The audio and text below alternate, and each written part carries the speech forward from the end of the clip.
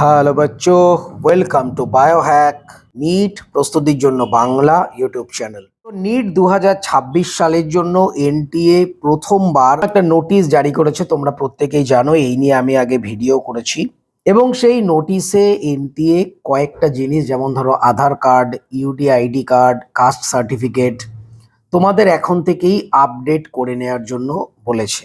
তোমরা জানো যে ফর্ম ফিল আপ মোটামুটি জানুয়ারির শেষের দিকে অথবা ফেব্রুয়ারির প্রথম সপ্তাহে বা প্রথম 10 দিনের মধ্যেই হবে। তো 2-3 দিন আগে এনটিএ যে লেটেস্ট অ্যাডভাইজারি জারি করেছে, আমাদের আধার কার্ডের কিছু কিছু জায়গাগুলো পরিবর্তন করতে হবে। যদি সেটা মাধ্যমিকের অ্যাডমিট কার্ড বা মাধ্যমিকের যে পাস সার্টিফিকেট অথবা রেজাল্ট, সেক্ষেত্রের সঙ্গে আধার কার্ডের যেন কোনো মিসম্যাচ না থাকে। ধরো নাম, তোমাদের ডেট অফ বার্থ, গার্জিয়ানের নেম, তোমাদের অ্যাড্রেস এবং ফটো। তো এই সম্পর্কে অনেক স্টুডেন্টরা ঠিকমতো বুঝতে পারছে না। যারা ধরো 1 বছর আগে বা 2-3 বছর আগে আধার কার্ড আপডেট করিয়েছে, কোনো ভুল ছিল আপডেট করিয়েছে, তাদেরও কি নতুন করে আবার আপডেট করতে হবে? অথবা ধরো যারা কাস্ট সার্টিফিকেট আপডেট করিয়েছে তাদের করতে হবে কিনা? তো এই সম্পর্কে বিভিন্ন স্টুডেন্ট কিন্তু কমেন্ট করেছে, সেই জন্য আমি ভাবলাম ব্যাপারটা ক্লিয়ার করে দিই তোমাদের।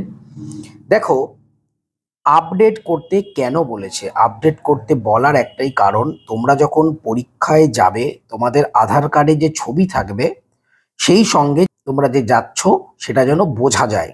মানে আধার কার্ডে যে ছবিটা থাকবে সেটা তোমাদের এমন যেন না হয় একদম ধরো ক্লাস 5-6-এ পড়তে সেই সময়কার ছবি, সেটা যেন না হয়। বোঝা যায় যে আধার কার্ডে যে ছবি এবং তুমি যে এসছো পরীক্ষা দিতে তোমার ছবি একই, তাহলেই কোনো পরিবর্তন করার দরকার নেই। যদি 2 বছর, 3 বছর বা 4 বছর আগে তোমরা আপডেট করাও, তার সঙ্গে এই যে ছবির সাথে তোমাদের মুখের যদি মিল পাওয়া যায়, তাহলে ফালতু কেন আপডেট করবে? আপডেট তো করার কোনো দরকার নেই। যদি আধার কার্ডে ডেট অফ বার্থ ভুল থাকে, যদি আধার কার্ডে তোমাদের ধরো নামের স্পেলিং ভুল আছে, অথবা বাবার নামের স্পেলিং ভুল আছে, অথবা এমন যদি কোনো মিসম্যাচ থাকে, তবে তোমাদের আবার আপডেট করতে হবে। তো এই ব্যাপারটা কিন্তু, যে ধরো ছবি ঠিক আছে, বোঝা যাচ্ছে সবই ঠিক আছে, কয়েক বছর আগে আপডেট করিয়েছো, আবার নতুন করে নিট 2026 সালের জন্য আপডেট করতে হবে না। তোমাদের সিম্পলি একটা জিনিস মিলিয়ে দেখে নিতে হবে, তোমাদের আধার কার্ডে নামের যা স্পেলিং, তোমাদের অ্যাডমিট কার্ড বা মাধ্যমিকের যে পাস সার্টিফিকেট সেখানে নামের স্পেলিং ঠিক আছে কিনা, তোমাদের বাবার নামের বা তোমাদের গার্জিয়ানের নামের স্পেলিং ঠিক আছে কিনা, তোমাদের ডেট অফ বার্থ ঠিক আছে কিনা, ব্যাস। অ্যাড্রেস নিয়ে খুব একটা দরকার নেই, কেননা তোমরা যখন নিটের ফর্ম ফিল আপ করবে তখন অলরেডি তোমরা প্রেজেন্ট এবং পার্মানেন্ট অ্যাড্রেস তোমরা দেবে। সুতরাং অ্যাড্রেসের সঙ্গে যদি একটু ভুল থাকে, যেমন একজন বলছিল যে অনেকের ক্ষেত্রে আমরা যারা পুরনো আমাদের আধার কার্ড সেখানে বর্ধমান লেখা রয়েছে, কিন্তু এখন তো পূর্ব বর্ধমান। তো সেই সব চেঞ্জ করার দরকার নেই। ওখানে অ্যাড্রেসের জায়গায় বাডওয়ান থাক বা পূর্ব বর্ধমান থাক, তাতে কিছু যায় আসে না। তো এইগুলো চেঞ্জ করতে হবে না। আধার কার্ড নিয়ে অত টেনশনের কোনো কারণ নেই। যাদের গ্রস মিসম্যাচ রয়েছে তারাই পরিবর্তন করবে। এমন কোনো ডেট বা টাইম লিমিট নেই যে 4 বছর আগেকার চলবে না বা 3 বছর আগেকার চলবে না, এরকম কোনো ব্যাপার না। এরপর তোমাদের কাস্ট সার্টিফিকেট। আমাদের ভারতবর্ষে এবং আমাদের ওয়েস্ট বেঙ্গলেও এসসি এসটি এদের কাস্ট সার্টিফিকেট একবারই হয়, লাইফ টাইম ভ্যালিডিটি থাকে। কয়েকটা স্টেট ওয়াইজ আলাদা হতেও পারে, এবং এক্ষেত্রে কিন্তু তোমার স্টেটের কাস্ট সার্টিফিকেট মানে এসসি এসটির কথা বলছি আলাদা, বা সেন্ট্রালের আলাদা হয় না। তো এসসি এসটি যারা রয়েছে তাদের জন্য কোনো চাপ নেই, তোমাদের একবার একটা কাস্ট সার্টিফিকেট বার করলেই সারা জীবন চলবে। তো এই নিয়ে চিন্তা নেই। প্রবলেম হয় ওবিসি এবং ইডাব্লিউএস এর জন্য। তোমরা জানো ওবিসির দুটো ফরম্যাট হয়, একটা হচ্ছে স্টেট ফরম্যাট, যে কোনো স্টেটে আলাদা আলাদা ফরম্যাটে ওবিসি সার্টিফিকেট হয়। একটা হচ্ছে স্টেট ফরম্যাট, আর একটা হচ্ছে সেন্ট্রাল ফরম্যাট। তো স্টেটের ক্ষেত্রে স্টেটের যে কাউন্সিলিং, সেক্ষেত্রে স্টেট ফরম্যাটের যে ওবিসি সার্টিফিকেট সেটা কিন্তু গ্রাহ্য হবে। সেখানে সেন্ট্রাল ফরম্যাট বা সেন্ট্রাল যে ওবিসি সার্টিফিকেট সেটা কিন্তু লাগবে না। কিন্তু তোমরা যদি নিটে all India counselling, MCC all India কাউন্সিলিংয়ে যাও, সেক্ষেত্রে কিন্তু তোমার সেন্ট্রাল ওবিসি সার্টিফিকেট প্রয়োজন হবে। তো সেন্ট্রাল ওবিসি সার্টিফিকেট তোমাদের তখনই লাগবে যখন তোমরা অল ইন্ডিয়া কাউন্সিলিং থেকে কলেজ নেবে বা অল ইন্ডিয়া কাউন্সিলিংয়ে অ্যাপ্লাই করবে। সেন্ট্রাল মানে সেন্ট্রাল ফরম্যাটের ওবিসি সার্টিফিকেট। কিন্তু আমাদের স্টেটের ক্ষেত্রে স্টেট ওবিসি সার্টিফিকেট দিয়ে কিন্তু হয়ে যায়। তবে বিভিন্ন স্টেটে নিয়ম আলাদা থাকতে পারে, সেটা তোমাদের যারা যারা স্টেটে রয়েছে তারা সেটা দেখে নিতে হবে। এবং তোমাদের যে ওবিসি সার্টিফিকেট এবং ইডাব্লিউএস সার্টিফিকেট এর কিন্তু ভ্যালিডিটি হয় 1 বছর। তো তোমাদের 1 বছর যে ভ্যালিডিটি, যখন তোমরা ফর্ম ফিল আপ করবে এবং যখন তোমরা কাউন্সিলিং করবে যদি তোমাদের হয়ে যায়, তো সেই ভ্যালিডিটির মধ্যে তোমাদের থাকতে হবে।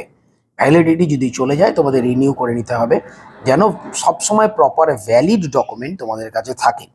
আর ইডাব্লিউএস এর ক্ষেত্রে তোমরা প্রত্যেকেই জানো, তুমি যবেই সার্টিফিকেট করো সেটা 1 এপ্রিল থেকে 31 মার্চের মধ্যেই ভ্যালিড থাকে, মানে একটা ফাইন্যান্সিয়াল ইয়ার্স, মানে একটা ফাইন্যান্সিয়াল ইয়ার অনুযায়ী তোমাদের ও ইডাব্লিউএস সার্টিফিকেট দেওয়া হবে।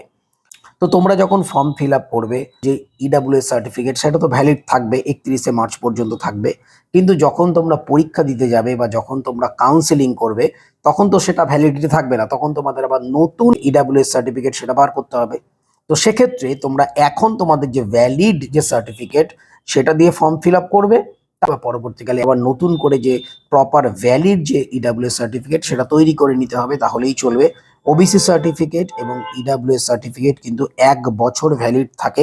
সেন্ট্রালের ক্ষেত্রে আমি বলছি, বিভিন্ন স্টেটের ক্ষেত্রেও 1 বছর থাকে, বা কিছু কিছু স্টেটে 2 বছর 3 বছরও থাকতে পারে, সেটা তাদের আলাদা আলাদা ব্যাপার। তো একটা জিনিস তোমরা প্রত্যেকে বুঝতে পারলে যে এইটা নিয়ে বিশাল কিছু টেনশন বা বিশাল কিছু চিন্তার ব্যাপার নেই।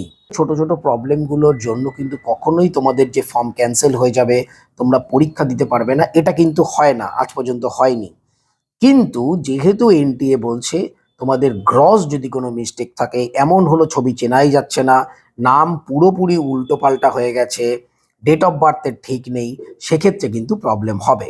তো হাতে যখন সময় রয়েছে, 1 মাস আগেই যখন এনটিএ অ্যাডভাইজারি দিচ্ছে, প্লাস তোমাদের ফর্ম ফিল আপও 1 মাস চলবে, হাতে প্রায় 1.5 মাস সময় রয়েছে, তাহলে তোমরা ফালতু ঝামেলায় যাবে কেন? পরীক্ষার হলে যখন তোমরা এক্সাম দিতে ঢুকবে, যখন তোমাদের ফিজিক্যাল ভেরিফিকেশন হবে, তখন যদি কোনো মিসম্যাচ পায়, তখন যদি কোনো প্রবলেম হয়, কোনো ঝামেলা হয়, তোমাদের কিন্তু পুরো পরীক্ষাটাই নষ্ট হয়ে যাবে। কেননা পরীক্ষার আগে কোনো ঝামেলা হলে তোমরা দেখবে একটা টেনশনে পরীক্ষা কিন্তু ভালো দেওয়া যায় না। তো সুতরাং হাতে যখন সময় রয়েছে, যদি কোনো প্রবলেম থাকে অবশ্যই ঠিক করে নাও। কিন্তু এমন নয় যে ছোটো মোটো প্রবলেমের জন্য তোমাদের ফর্ম ক্যান্সেল হবে বা পরীক্ষা দিতে পারবে না। মেন হচ্ছে টাকা।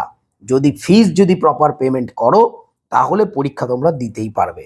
ফিস যদি পেমেন্ট না করো, তাহলেই একমাত্র পরীক্ষা তোমরা দিতে পারবে না বা পরীক্ষা ক্যান্সেল হবে। তো ফিসটাই হচ্ছে মেন এনটিএ এর কাছে, কারণ ওরা তো বিজনেস করছে, ওরা টাকা জমে থাকবে এবং ওরা গভর্নমেন্টকে দেখাবে আমরা টাকা লাভ করছি, আমরা বিজনেস করছি। তো এইটাই কিন্তু এনটিএ এর মুখ্য উদ্দেশ্য। তো যাই হোক, এনটিএ অ্যাডভাইজারি যখন দিয়েছে, তোমরা প্রত্যেকে অবশ্যই যদি কোনো প্রবলেম থাকে সেটাকে ঠিক করে নাও, এবং আশা করি নিট 2026 তোমাদের প্রত্যেকের খুব ভালোভাবেই যাবে। সবাই খুব ভালো থাকো, মন দিয়ে পড়াশোনা করো, চ্যানেলটা সাবস্ক্রাইব রাখো, নোটিফিকেশনটা অন রাখো নিট রিলেটেড যাবতীয় লেটেস্ট ইনফরমেশনের জন্য। টাটা।